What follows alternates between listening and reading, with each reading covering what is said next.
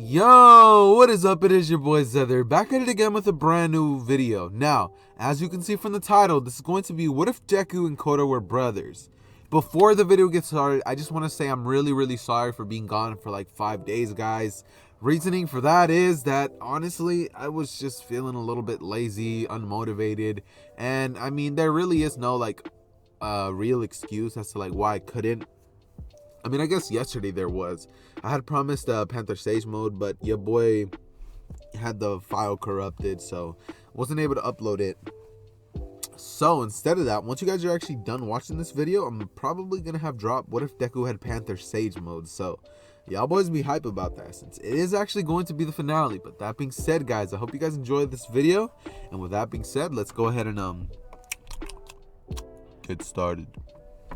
Okay, guys, so in this version of events, I'm going to have to explain Deku and Kota's upbringing up to the point where, you know, their parents die. So, since Deku's actually going to be the oldest, he's actually going to be, you know, growing up in about the same school that Bakugo went to. You know, he's still going to be the same age and everything's going to stay the same. With his parents being the water hose heroes, so in this version, Bakugo actually is going to respect Deku and think that he's actually kind of cool. So Deku actually develops a pretty cool and solid friendship with Bakugo because Bakugo wanted to be an inspiring hero and he thinks that Deku's going to have an amazing quirk once it's activated. So Deku and Bakugo are actually going to have a little bit of a cool friendship in this version. And that being said, we're going to go ahead and skip over to the day when Deku goes to the quirk doctor and he gets told that he actually is going to have the quirk of water manipulation. And for now, his current abilities that he can do with it is he can shoot pressurized water blasts, just like the water hose heroes, as well as create weapons out of water. So I'm talking scythes, swords, and like, you know, things like that, like bow staffs and stuff like that. He can pretty much create cool weapons. As well as he can turn himself intangible by becoming water. He can manipulate the water cells in his body to turn himself into an entire being of water, kind of like Juvia from Fairy Tail. Right? And essentially, Deku's actually going to really have to train in that, because if he messes up, he could actually not reform if he loses control over it. So for the next couple years, Deku's actually going to be training with that. So this means that things are actually going to go a little bit different in terms of when Deku goes back and tells everybody what his quirk is. When Deku returns to school, he actually ends up telling everybody about his quirk, and it actually ends up impressing Bakugo, as Bakugo would then say, well, that's pretty cool, Deku, but is it better than my quirk? As Deku would say, well, yeah, I mean, my quirk is water, yours is fire. Water beats fire. As Bakugo's just like, no, it doesn't. How about we fight, Izuku? As Deku's just happy, he's like, okay, Bakugo, let's take it outside. As at the end of school, Bakugo and Deku are just like 4 years old and they begin a fight. As Bakugo, you know, starts running at Deku, trying to, you know, shoot an explosion at him. As Deku would literally just shoot water at Bakugo's palms, negating the explosions. And Deku just starts pummeling Bakugo. As Deku definitely takes down Bakugo, as, you know, Bakugo actually respects Deku for this. He thinks that Deku's actually pretty cool, and in this version, Bakugo's never actually going to end up developing that superiority complex that he had. So in this version, Deku's actually going to grow up having friends and being kind of popular. This meaning that Bakugo's going to have a little bit of a change in his personality and stop being such a dickhead. So, in this version, since he's the son of two pro heroes, as well as being an aspiring hero himself, he doesn't end up having to deal with the bullies or anything. He also has a little bit of a change in terms of appearance, meaning that he's not going to have the green tips or the freckles in this version. So he's essentially going to look like Deku, just black hair, and it's going to be a little more maintained. And he's going to be about, let's say he's about like 6 at this point. So let's say he's about average height for a 6-year-old. I'm just going to say that. So, having a little bro, actually no, we're gonna go ahead and time skip. I messed someone up. We're gonna go ahead and time skip to when Deku's about 10 years old. And this is when Kota's actually just got born. So, having a little brother actually strengthens Deku's desire to want to be a hero and makes him want to, you know, be able to protect his brother in a way that he's never actually known. He develops a sort of love and like protectiveness over his sibling because, you know, that's just how it is.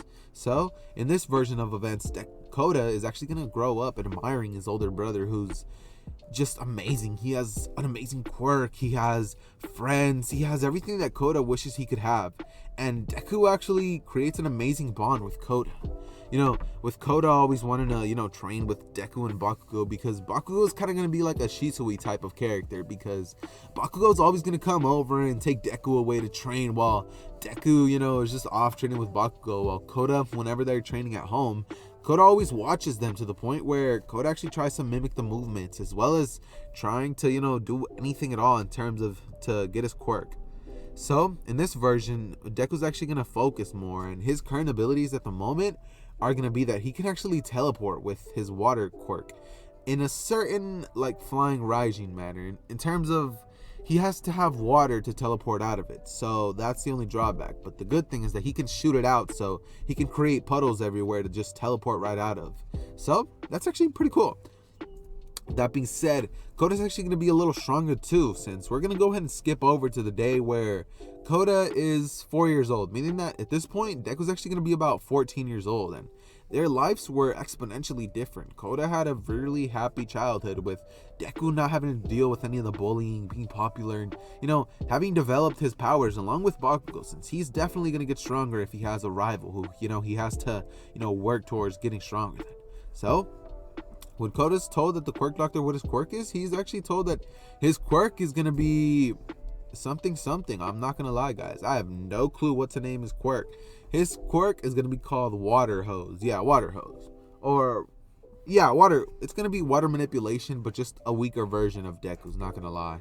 So his abilities consist of creating water weapons, shooting pressurized water, except he can't turn himself into water or teleport, but he has seen the way that Bakugo uses his quirk to fly, so maybe he can actually do that himself one day.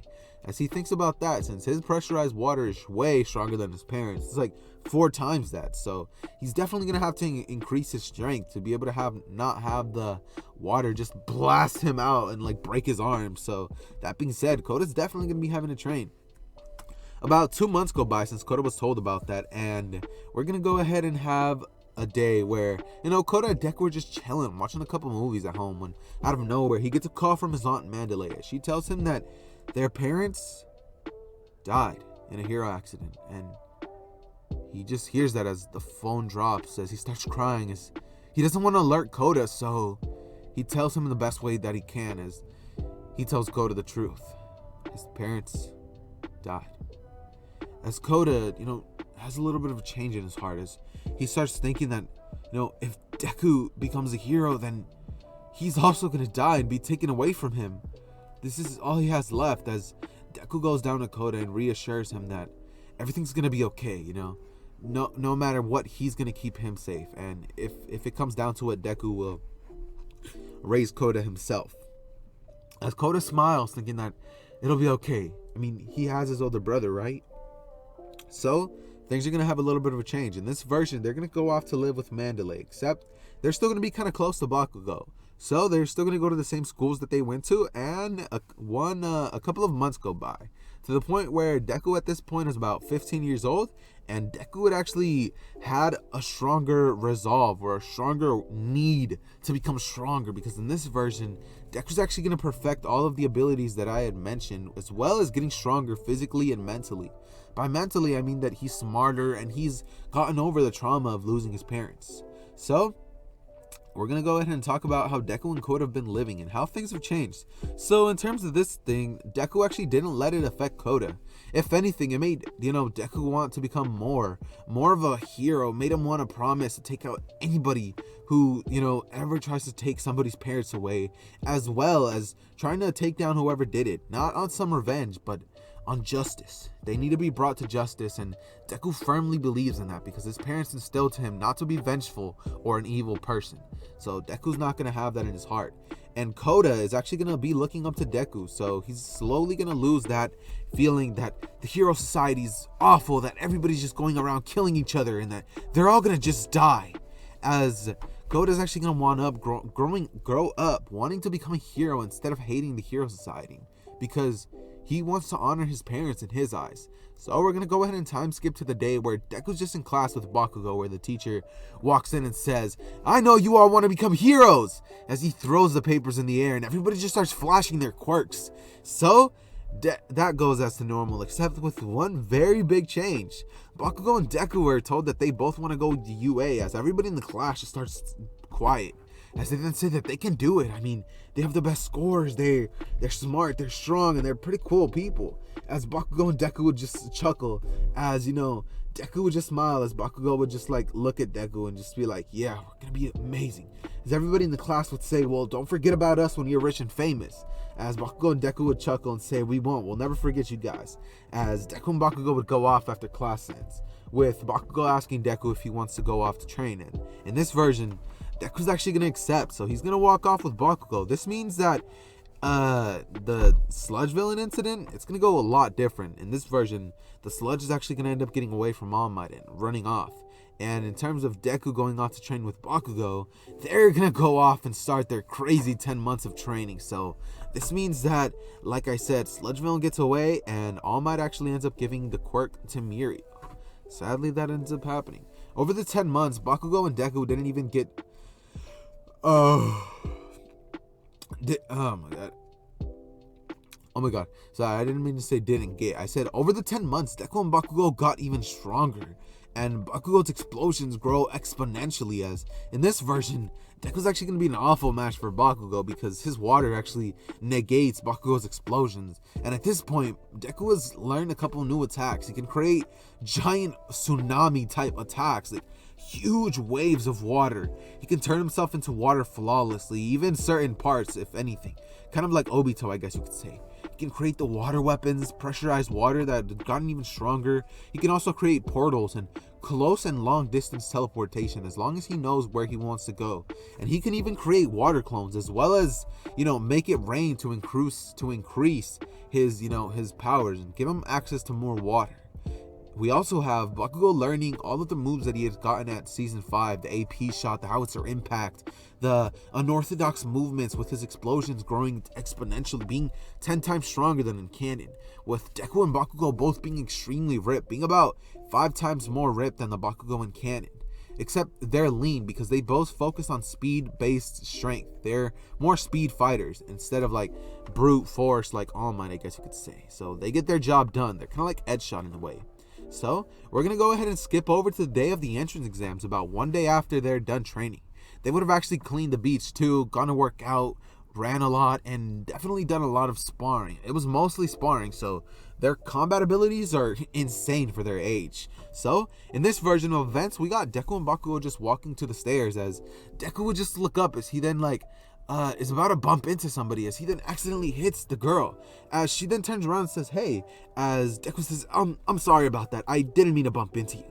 As she turns around and looks at Deku, as she has white hair and golden eyes. She's about 5'2", if I had to say it, and what she looks like, you're gonna go have to check out my community tab, since once this video's out, I'm actually gonna be posting it. So yeah, go check it out and check out the link for the original creator. Link's gonna be down in the description, as well as the community tab. This is not my original character.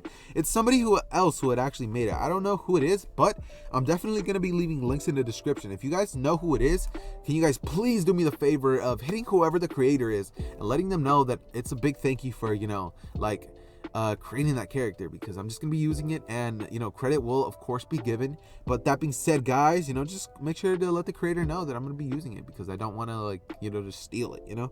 So that being said, Deku would actually go on to apologize for not paying attention to where he's going, as Deku would look at her and Deku just stares at her golden eyes, as Deku just admittedly falls for her instantly, as she says that it's cool. She asks him if he's nervous, as Deku would be red in the faces. She notices and continues to smile, as she'll then say, "Well, see you around," as she walks inside, as Bakugo saw everything and he begins to laugh, as he then grabs Deku and says, "You were pathetic," as Deku was just like, "Cut it out, Bakugo," as Bakugo just begins to chuckle. As you know, Deku and Bakugo would go into the entrance, as they would ace the written portions. Bakugo and Deku were not stupid at all, and this means that no fighting with with Ida, sorry. So when the exam actually starts, Deku would actually be acing it, and as soon as they're told about the physical portion, Deku would actually try to walk up to the girl named Trice, the one that he bumped into in the front of the building. But as he walks up there, Deku is actually stopped by Ida, but Deku just decides that he doesn't have any time for him as he opens a portal right in front of Ida and just teleports straight through it. As Ida's just like, as Bakugo just walks past him, and then he goes up to Deku as Deku begins to walk up to Tracy? Oh my god. How do I forget these names? Trice. I'm so stupid. Anyways, as you know, they would go to Trice, and as soon as Deku's about to talk to her, it's actually announced that there's no countdowns in a hero battle, as Deku would go off to get about 569 points, just blitzing through robots, shooting pressurized water to destroy them, slashing them up with water scythes, teleporting inside them, turning into water, and exploding them from the inside. As Deku was going crazy, definitely creates a couple of tsunamis and actually makes it rain in his area. As Bakugo would go off to get 447 points, just going insane. AP shots everywhere, howitzer impacts, everything and anything that you can think that Bakugo would resort to is exactly what Deku would proceed to use. As Bakugo does not hold anything back, as we already know that. And as Deku's basically about to think that he's pretty much done. I mean, he's got about 500 points at least. As Deku would just smile, thinking that, okay, it's time to relax. As he then thinks that, he should get the other people some points. As Bakugo's still destroying some robots. As, Deku would turn around as he hears some rumbling in the ground in the distance. As Deku would look and he would see Trice under some rubble with her leg hurt. As Deku would, see that, and immediately just his body would move as he would rush at her and teleport straight at her. As he would pick off the rubble and he would ask her if she's fine, and she would say that her ankle kind of hurts. As Deku would say that, oh, he got her. As he creates a water portal and tells her to jump straight through it, as she wouldn't be teleported far away. And this is when Deku would look at Bakugo and say, Bakugo, now! As they would both do a synchronous attack that Bakugo would shoot a howitzer impact at it, blowing the robot away. As Deku would create a tsunami to have all the pieces of the robot and just compress it into a tight air ball in a sort of rain fashion. As Deku would compress it, as the robot would just fall as a metal ball, as no destruction actually happened. So, as everybody sees this, Trice including, she would be extremely impressed by both of the students' abilities, as a recovery girl would just help Trice recover. As he would then look at her and say that he actually hopes to see her in class. As he would ask, so what's your name? And she would say, oh, my name is it's Trice, thank you for saving me. As Deku would proceed to walk off, as she then says, wait. As Deku would be like, huh? As she says, can I have your number? As Deku would smile and blush, as he then obliges and gives her number. As we're gonna go ahead and skip to when Deku and her just kind of texting back and forth, as Bakugo and Deku would actually be training, as their letters actually arrive. As Bakugo would get his letter and rush over to Mandalay's house, as he would say, Deku, let's open our letters to see who got the better score. As they both end up opening their letters, as Deku's told that he got about the same points that I had said previously.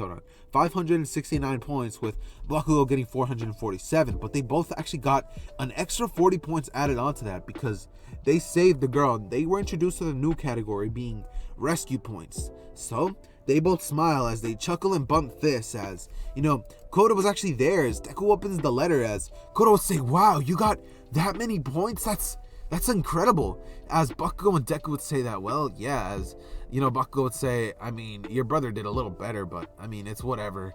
As Kota would say, well, yeah, my brother's way stronger than you. As Bakugo would say, oh, really now? As Deku and Bakugo would begin to laugh. As Deku would proceed to text Trice that he got in, and she would tell him that she also got in. And that's where we're going to be leaving it off, guys. If you guys enjoyed this video, make sure to smash 200 likes. Make sure to smash 200 likes. If you guys can do that, I'm going to be dropping part 2 very shortly. This story is going to go pretty crazy, especially once we get to the Forest training arc, because Muscular is going to be there, and we all know it's going to go down. So if you guys want something like that to happen, you guys, you're going to have to smash the like button. With that being said, guys, I hope you guys enjoyed the video, and it has been your boy Zether, and I am out.